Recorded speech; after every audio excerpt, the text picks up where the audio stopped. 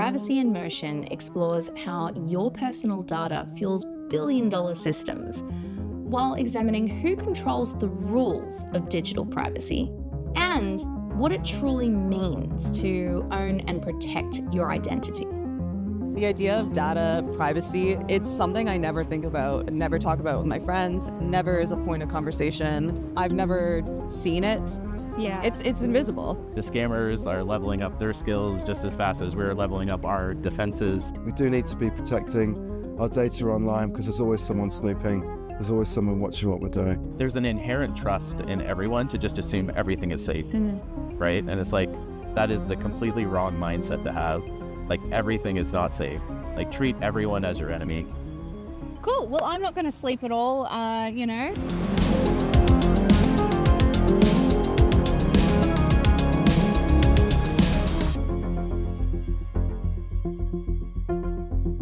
I think people are more concerned about privacy these days than they used to be, and I think that's because of all the stories out there about data breaches, about people misusing personal information. If you look at the kind of evolution of Facebook or Meta and their privacy policies over the years, I mean, it's kind of absurd. They've gone from like saying we're going to safeguard your privacy to basically you signing everything away when you log on to these services.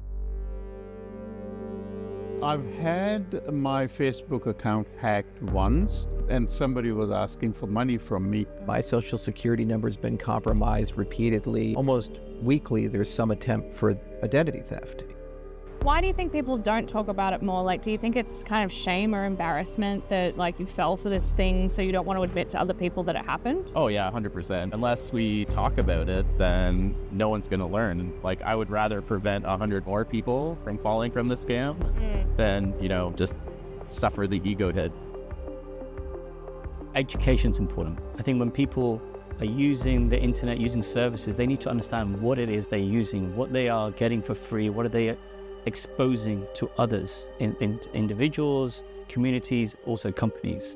And therefore for us, what we want to do is think about that ownership and how that is enabled in this sort of privacy in motion. As we think about it, what we want to make sure is that people understand what they're doing. All right, so all of this sounds great, but what is it actually going to take?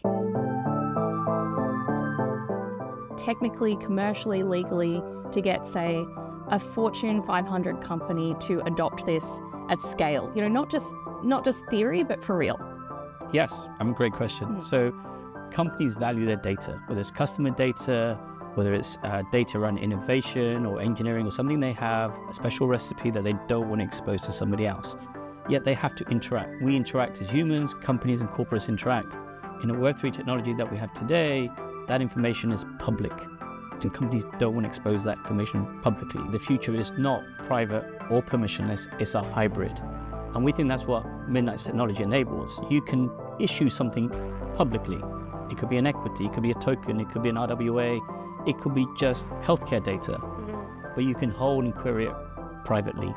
And then everything's not black and white. Privacy is not you're private or you're public. There's grays in between. There's selective disclosures. So that's what the technology allows. We want to bring adoption from all communities, not just Web 2, but Web 3. We want to invite every chain and every community to come and build and work with us because we don't think of ourselves as the chain. We want to be part of a wider community, not just Midnight, but beyond Midnight.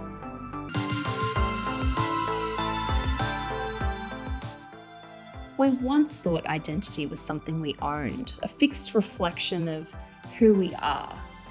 But in the data age, identity is fragmented, duplicated, and dangerously easy to steal.